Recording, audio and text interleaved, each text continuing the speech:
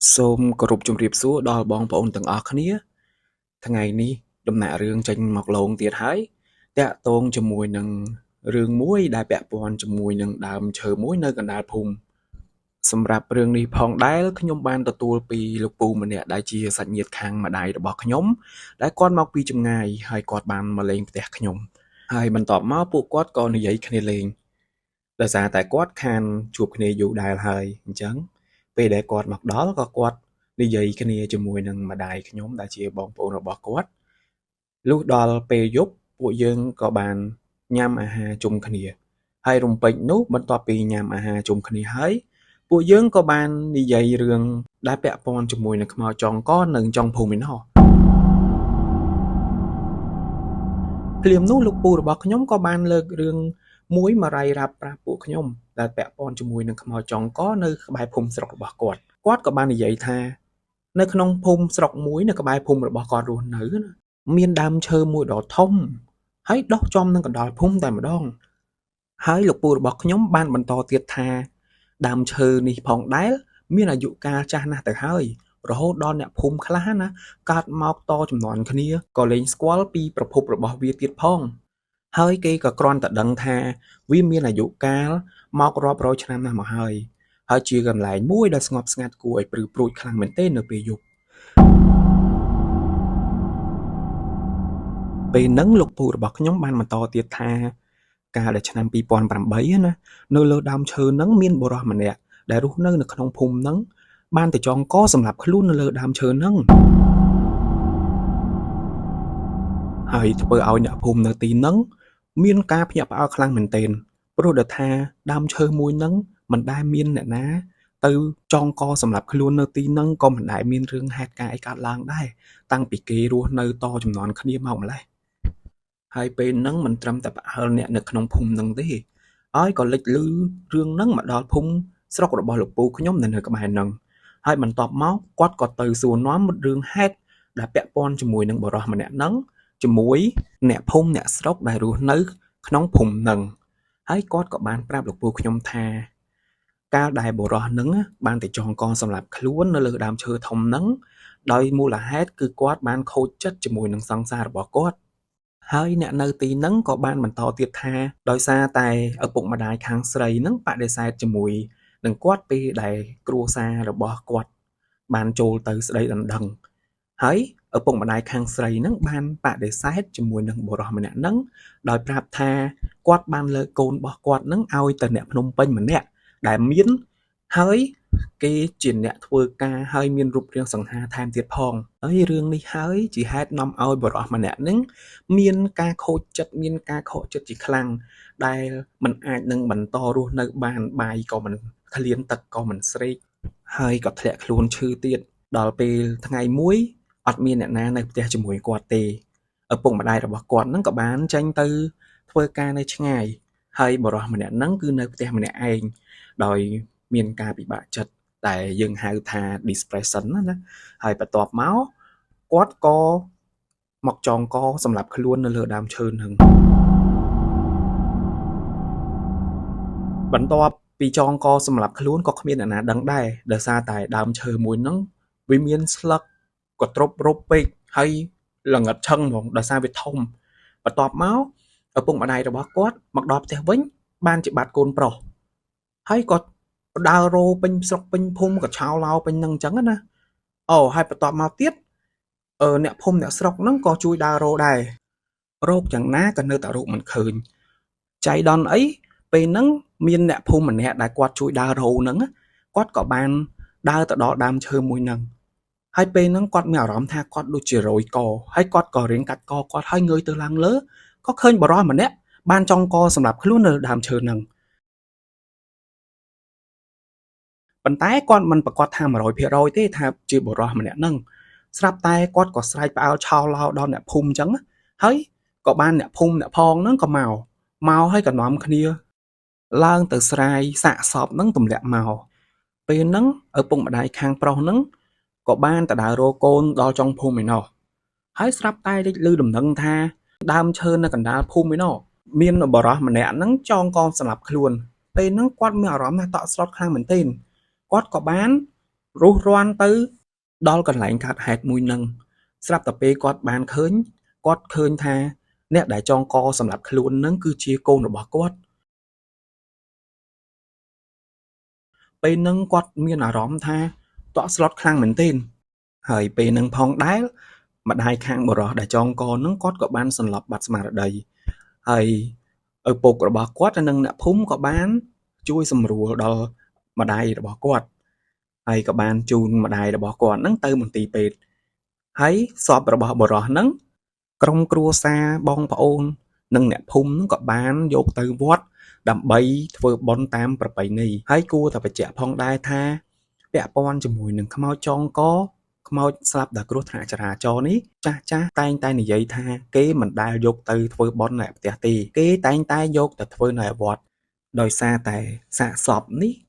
គេនិយាយថាជាខ្មោចតៃហោងហើយបន្ទាប់មកក្រុមគ្រួសារនិងអ្នកភូមិក៏បានធ្វើពិធីបុណ្យសពឲ្យបុរសហ្នឹងរួចស្រេចបាច់ប៉ុន្តែគួរឲ្យចម្លែកចិត្តទៀតនោះពេលដែលធ្វើពិធីបុណ្យសពឲ្យបុរសហ្នឹងរួចស្រេចបាច់ហើយបែរជាអត់មានបងប្អូនខាងសពហ្នឹងឬក៏ញាតិជិតខាងហ្នឹងនិមន្តអាចារ្យឬព្រះសង្ឃទៅសូត្រមន្តនៅកន្លែងដែលគាត់បានចងកស្លាប់នោះទេពេលហ្នឹងមិនដឹងថាពួកគាត់ភ្លេចឬយ៉ាងណាហើយអ្នកភូមិនៅទីហ្នឹងក៏មិនបាននឹកគិតដល់រឿងហ្នឹងដែរគាត់បានត្រឹមតែនឹកសំណោះថាក្មេងសោះមិនគួរណាគិតខ្លីអញ្ចឹងទៅចងកសម្រាប់ខ្លួនហើយអាយុត្រឹមតែ20ជាងទៅខូចចិត្តរឿងស្នេហាគិតខ្លីមែនទែនហើយពេលហ្នឹងផងដែរពួកគាត់ក៏បានអង្គុយនិយាយគ្នាជុំអញ្ចឹងណានឹងភូមិបងប្អូនអ្នកស្ដាប់គាត់ដឹងហើយអ្នកដែលគាត់រស់នៅភូមិជាធម្មតាតែមានរឿងហេតុការណ៍អីចម្លែកដែលកើតឡើងនៅក្នុងភូមិពួកគាត់តែងតែអង្គុយជុំគ្នាហើយក៏និយាយរឿងហេតុការណ៍ហ្នឹងដែរប៉ុន្តែពួកគាត់ក៏ភ្លេចរឿងមួយសំខាន់ដែលមិនមានបងប្អូនក្រុមគ្រួសារខាងសពឬក៏អ្នកភូមិណាដែលនៅក្បែរដើមឈើហ្នឹងនិមន្តអាចារ្យឬព្រះសង្ឃមកសូត្រមន្តកន្លែងដែលកើតហេតុនោះទេព្រោះតែម្នាក់គាត់នៅតែមានចិត្តអាឡោះអាល័យជាមួយបុរសម្នាក់នឹងសន្នស់ម្នាក់នឹង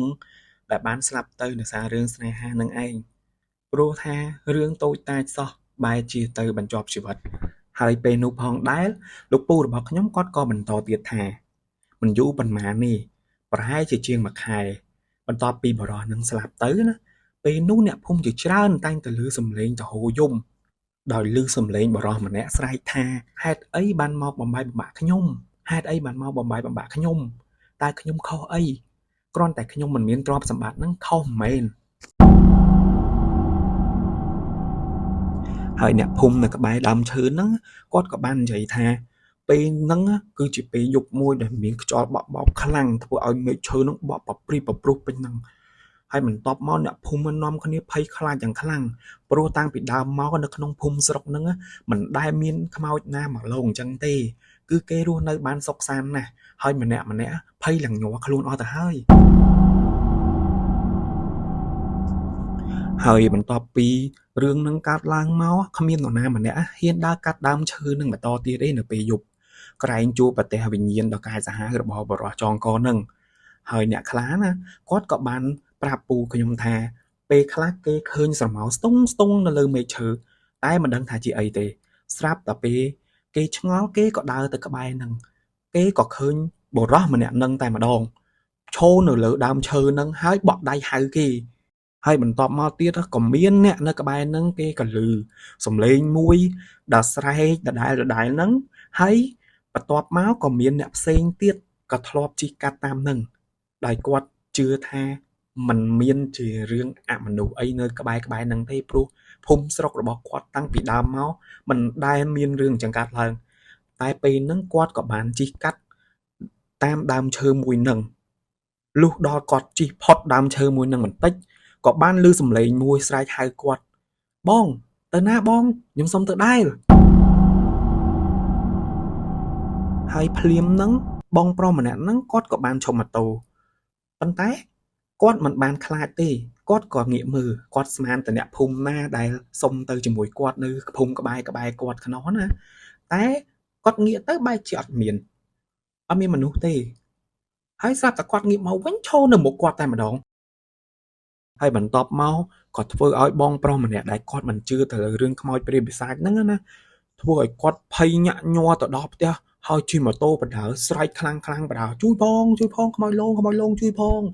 ឡើងអញ្ចឹងហើយឡើងផ្អើលអ្នកភូមិនៅទីនោះអស់ហើយលុះដល់ព្រឹកឡើងបុរសម្នាក់ហ្នឹងក៏ប្រញាប់ប្រញាល់ទៅវត្តដើម្បីឲ្យលោកស្រោចទឹកឲ្យហើយបន្ទាប់មកគាត់ក៏បានមកផ្ទះវិញបានប្រហែលប្រហែលថ្ងៃក្រោយមកបុរសម្នាក់ហ្នឹងក៏ធ្លាក់ខ្លួនឈឺរហូតដល់ដេកកន្ទេលជាង1ខែពេលហ្នឹងលោកពូរបស់ខ្ញុំគាត់បានបន្តទៀតថាអ្នកស្រុកនៅក្បែរហ្នឹងឲ្យតែម៉ោង8ឡើងគឺស្ងាត់ឈឹងមិនមានអ្នកណាហ៊ានចេញមកក្រៅទេព្រោះដោយសារតែមួយគេខ្លាចគេភ័យនឹងរឿងខ្មោចចងកហ្នឹងដែលលងបន្លាចអ្នកភូមិនៅទីហ្នឹងគ្រប់គ្នាហើយខ្មោចហ្នឹងមិនមែនលងតែម្នាក់ពីរនាក់ឯណា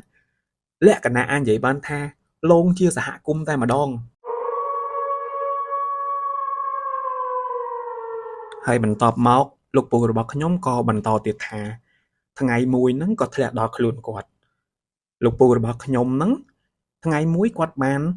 ទៅកម្មវិធីគេនៅភូមិម្ខាងទៀតមិនមែនជាភូមិហ្នឹងទេជាកម្មវិធីការកូនអ្នកស្គាល់គ្នាអញ្ចឹងហើយគាត់ក៏បានទៅហើយការមួយហ្នឹងគឺគេញ៉ាំពេលល្ងាច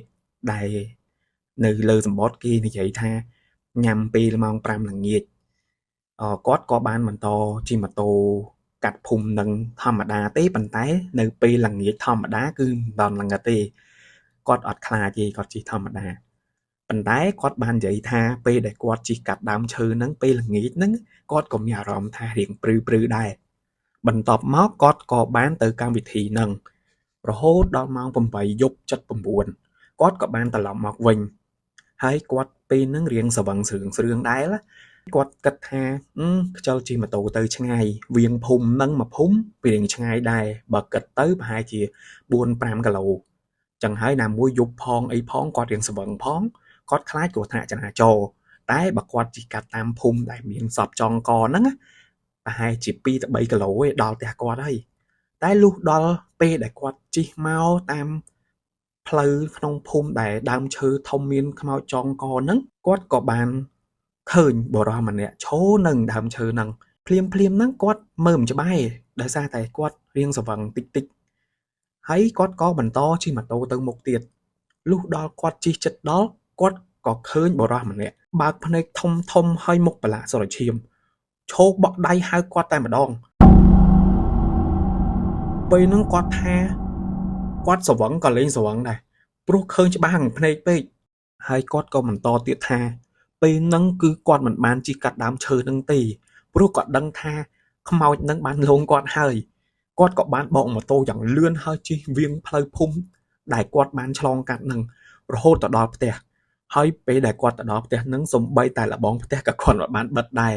គឺគាត់គ្រាន់តែដាក់ចតុលម៉ូតូភ្លាមគឺឡើងទៅលើផ្ទះហើយចាក់សោសង្ងំគេងទាំងញាក់ខ្លួនតត្រើតលុះដល់ព្រឹកឡើងគាត់ក៏បានទៅឲ្យលោកស្រោចទឹកឲ្យនៅវត្តហើយបន្ទាប់មកគាត់ក៏ធ្លាក់ខ្លួនឈឺដូចបរោះមុនអញ្ចឹងគាត់ធ្លាក់ខ្លួនឈឺខ្លាំងមែនទែនរហូតដល់មានលោកនិមន្តមកផ្ទះគាត់ប្រោះព្រំដាក់យន្តកថាអីឲ្យគាត់ទៅគាត់ក៏រៀងធូរស្បើយមកវិញហើយបន្ទាប់ពីពេលហ្នឹងមកគាត់ក៏បានស្បត់ថាគាត់នឹងឈប់ជិះកាត់ដើមឈើនឹងទៀតហើយគាត់ក៏បានរាយរាប់រឿងហ្នឹងប្រាប់ទៅព្រះអង្គដែលនិមន្តមកផ្ទះគាត់ប្រោះព្រំហ្នឹងហើយលោកក៏បានចោទសំណួរទៅគាត់វិញថារឿងហ្នឹងកើតឡើងយូរហើយនៅចុះមូលហេតុអីបានរឿងហ្នឹងកើតឡើងយូរហើយមិនមានអ្នកណាទៅនិមន្តព្រះសង្ឃឬអាចារ្យណាមកសូត្រមន្តអញ្ចឹងហើយលោកពូរបស់ខ្ញុំហ្នឹងគាត់ក៏បានបិទលោកថារឿងហ្នឹងកើតឡើងយូរដែរហើយប៉ុន្តែមិនមានបងប្អូនឬក៏អ្នកភូមិណាបាននិមន្តព្រះសង្ឃឬអាចារ្យមកសូត្រមន្តទេដោយសារតែពេលហ្នឹងមិនដឹងថាពួកគាត់បានផ្លិចឬក៏យ៉ាងណាហើយគាត់ក៏បានបន្តទៀតថាពេលដែលរឿងហ្នឹងកើតឡើងហើយបន្ទាប់ពីកម្មវិធីគេធ្វើបុណ្យសាកសពនឹងហើយអីហើយក៏មានអ្នកភូមិម្នាក់បាននិយាយប្រាប់គាត់ថាមិនបានមានបងប្អូនណាឬអ្នកភូមិណានិមន្តព្រះសង្ឃឬអាចារ្យមកសូត្រមន្តនៅកន្លែងហ្នឹងទេ ភ្លាមហ្នឹងព្រះសង្ឃក៏មានសង្ឃដីកាថាអូត្រូវហើយដោយសារតែមិនមានអ្នកណាមកអន្ទងឬសង្កត់ព្រលឹងរបស់គេដែលធ្វើឲ្យគេរស់នៅនឹងជារៀងរហូតហើយមកដល់ពេលនេះធ្វើឲ្យខ្មោចហ្នឹងកាន់តែសាហាវទៅហើយលោកពូរបស់ខ្ញុំគាត់ក៏បានបន្តទៀតរឿងពាក់ព័ន្ធជាមួយនឹងផ្លូវមួយហ្នឹងថ្ងៃមួយនោះក៏មានបុរសម្នាក់នៅក្នុងភូមិរបស់គាត់ហ្នឹងឈ្មោះថាណេតហើយបុរសម្នាក់ហ្នឹងក៏បានសួរនាំគាត់ពេលដែលម្លេងគាត់ណាថាមូលហេតុអីបានខ្មោចនឹងលងពូរហូតដល់ធ្លាក់ខ្លួនឈឺអញ្ចឹងគាត់ក៏បាននិយាយរឿងពីដំណើរដើមតងពីដើមរហូតមកដល់ជាប់ឲ្យណេតនឹងស្ដាប់ហើយកំឡោះម្នាក់ហ្នឹងគាត់មិនមែនជាមនុស្សជឿទៅរឿងខ្មោចព្រាយបិសាចទេព្រោះគាត់ជឿថាតាំងពីដើមមកគាត់មិនដែលជួបរឿងអញ្ចឹងទេហើយមករឿងខ្មោចរឿងអីហ្នឹងគាត់មិនជឿទេគេរោតែខ្មោចធ្វើថ្នាំបានផងបន្ទាប់ពីពូខ្ញុំជាមួយបរិសម្នាក់ឈ្មោះណេតហ្នឹងបានជជែកគ្នារឿងហ្នឹងហើយអីហើយលុះដល់ថ្ងៃមួយក៏មានមិត្តភ័ក្តិម្នាក់របស់ណេតហ្នឹងនៅក្នុងភូមិហ្នឹងហើយគាត់បានធ្លាក់ខ្លួនឈឺប៉ុន្តែមិនមែនថាឈឺដោយសារខ្មោចលងទេគាត់ឈឺដោយសារជំងឺរបស់គាត់ហើយបរិសឈ្មោះណេតហ្នឹងថ្ងៃមួយហ្នឹងគាត់ក៏បានទៅសួរសុខទុក្ខដែរមិត្តភ័ក្តិរបស់គាត់ហ្នឹងណាហើយពេលដែលថ្ងៃឡើងហ្នឹងគឺគាត់អត់បានទៅទេដោយសារតែគាត់រវល់ធ្វើការស្រាប់តែពេលយប់ហ្នឹងគាត់ក៏បានទៅសួរសុខទុក្ខមិត្តភ័ក្តិរបស់គាត់នៅក្នុងភូមិហ្នឹងហើយណេតហ្នឹងគាត់មិនមែនជាមនុស្សទៅជឿរឿងខ្មោចព្រាយបិសាចប្រហែលទេគាត់ក៏បានដើរកាត់ដើមឈើហ្នឹងហើយភ្លាមហ្នឹងគ្រាន់តែគាត់ដើរកាត់មួយផ្លេតក្នុងចិត្តគាត់មានអារម្មណ៍ថារៀងព្រឺព្រួចបន្តិចប៉ុន្តែគាត់គិតថាគ្រាន់តែខ្យល់វាប៉ះតិចវាមិនមានអីចម្លែកទេស្រាប់តែពេលដើរដល់ពាក់កណ្ដាលដើមឈើហ្នឹងណិតក៏មានអារម្មណ៍ថាដូចមានអីបក់មករំភើយប៉ះខ្លួនហើយបាសរោមដៃរោមជើងអស់ហើយឡើងព្រឺសផលភ្លាមនោះណិតក៏បានឮសំឡេងយំល្វើយក្បែរតិចរបស់គាត់ហើយពេលហ្នឹងគាត់ក៏មិនបានចាប់អារម្មណ៍រឿងអីដែរភ្លាមហ្នឹងគាត់ក៏បានផ្ទៀងតិចស្ដាប់តែស្ដាប់យូរទៅឮកាន់តែចិត្តទៅហាក់ដូចថាសំឡេងមួយហ្នឹងយំស្រែករោគយុត្តិធម៌ហើយមានទុក្ខសោកជាខ្លាំងអញ្ចឹងណាហើយពេលហ្នឹងណាត់ក៏គាត់មិនបានទៅចាប់អារម្មណ៍រឿងខ្មោចលងអីដែរគាត់ស្មានតែមាននរណាម្នាក់ដែរមកលោគាត់មកលោកបន្លាចគាត់អញ្ចឹងហើយគាត់ក៏បានបន្លឺសំឡេងខ្លាំងហើយសើចស្រែកសួរថាអ្នកណានៅទីហ្នឹងហើយបន្ទាប់មកសំឡេងហ្នឹងក៏ស្ងប់ស្ងាត់ទៅវិញឮតែខ្យល់បក់តិចប៉ះស្លឹកឈើហើយណេតក៏បន្តដំណើរទៅមុខទៀតពេលហ្នឹងណេតដើរមើលឆ្វេងមើលស្ដាំបដើលុះដើរដល់ពាក់កណ្ដាលនៃដើមឈើហ្នឹងគាត់ក៏ងើយមើលទៅលើស្រាប់តែឃើញសមោរៀងខ្មៅស្ទង់នៅលើដើមឈើហ្នឹងហើយគាត់ក៏មិនបានចាប់អារម្មណ៍អីច្រើនដែរដោយសារតែពេលយប់ហើយស្លឹកឈើហ្នឹងក៏ក្រាស់ទៀតអញ្ចឹងគាត់ក៏មិនបានមើលច្បាស់ហើយពេលហ្នឹងគឺគាត់ផ្ទៀងមើលមែនទែនហើយភ្លាមនោះស្រាប់តែនិតឃើញបរិសម្នាក់បើកភ្នែកធំហើយសើចដាក់គេទាំងមុខសុទ្ធតែឈាមកំពុងលៀនអណ្ដាតទាំងវែងនិងយល់ជើងចោះឡើងលើមេឃឈើដ៏ធំនោះភ្លាមនោះបេះដូងរបស់និតលោតញាប់មែនទែនគេព្យាយាមស្រែកដើម្បីឲ្យអ្នកភូមិនៅក្បែរនឹងឮប៉ុន្តែដូចជាមានអ្វីមួយមកច្បាច់ករបស់គាត់មិនឲ្យគាត់ស្រែកចេញណាហើយពេលហ្នឹងនិតភ័យខ្លាំងមែនទែនគាត់ក៏សម្រេចចិត្តរត់យ៉ាងលឿនសម្បីតែក្រោយក៏គាត់អត់បានងាកមើលសម្បីតែបន្តិចហើយចាប់តាំងពីថ្ងៃហ្នឹងមកនិតក៏លែងហ៊ានដើរកាត់ដើមឈើហ្នឹងសម្បីតែពេលថ្ងៃហើយរឿងហ្នឹងផងដែរក៏បានដក់ជាប់នៅក្នុងចិត្តគាត់រហូតមកដល់សប្តាហ៍ថ្ងៃនេះហើយគាត់បាននិយាយថាគាត់មិនដែលមានខ្មោចណាលងគាត់ដល់សាហាវអញ្ចឹងទេតាំងពីដើមមកហើយអ្នកភូមិនៅទីនោះជាច្រើនបានជឿទៅលើរឿងខ្មោចចងកនៅដើមឈើនោះថែមទៀតដោយសារតែអ្នកណាក៏គេជួបរឿងនឹងដែរហើយលងគេច្រើនគ្នាខ្លាំងមែនទែននៅក្នុងភូមិហ្នឹងបន្ទាប់មកម្នាក់នៅពេលយប់គេប្រុងប្រយ័ត្នគ្រប់គ្នាមិនថានៅក្នុងផ្ទះក៏ដោយសំបីតែដើរចេញក្រៅក៏គេសឹងតែមិនហ៊ានដើរចេញផងមានថ្ងៃមួយក៏មានអ្នកភូមិម្នាក់បានទៅផ្ទះឪពុកម្ដាយបរិសដែលចងកហ្នឹងហើយក៏និយាយពីរឿងដើមហេតុរបស់អ្នកភូមិដែលបានជួប អ្នកក្បែរភូមិនឹងដែលបានជួបប្រាប់ទៅឪពុកម្ដាយរបស់គេពីដំណើរដើមទងដែលខ្មោចបុរសម្នាក់ហ្នឹងលងបន្លាចអ្នកភូមិជារៀងរាល់យប់អីអញ្ចឹងហើយបន្ទាប់មកឪពុកម្ដាយរបស់គេក៏បានទៅវត្តយកចង្ហាន់ទៅប្រគេនលោកក៏បានឧទ្ទិសកុសលទៅឲ្យគេហើយបាននិមន្តព្រះសង្ឃប្រមាណអង្គទៀតទៅកន្លែងដើមឈើហ្នឹងដើម្បីសូត្រមន្តប្រោះព្រំនៅកន្លែងហ្នឹងកុំឲ្យមានរឿងអញ្ចឹងកើតឡើងទៀតហើយបន្ទាប់មករឿងលងបន្លាចមួយហ្នឹងក៏ស្ងប់ទៅវិញហើយអ្នកភូមិអ្នកផងនៅទីហ្នឹងក៏បានរស់នៅដោយមានសេចក្តីសុខសាន្តធម្មតាហើយរឿងរ៉ាវពាក់ព័ន្ធជាមួយនឹងខ្មោចចងកនៅលើដើមឈើធំហ្នឹងខ្លាចជារឿងព្រេងនិទានមួយដែលគួរឲ្យខ្លាចមួយដែលអ្នកភូមិម្នាក់នៅទីហ្នឹងតែងតែនិយាយតគ្នាហើយក៏ទុកជាសារដាស់តឿនថាកុំឲ្យធ្វេសប្រហែសបើសិនជាមានរឿងណាដែលកើតឡើងដូចរឿងនេះសូមកុំទុកចោលហើយនិមន្តអាចារ្យឬព្រះសង្ឃទៅសូត្រមន្តបើសិនជាទុកចោលទៀតរឿងហ្នឹងគឺដូចគ្នា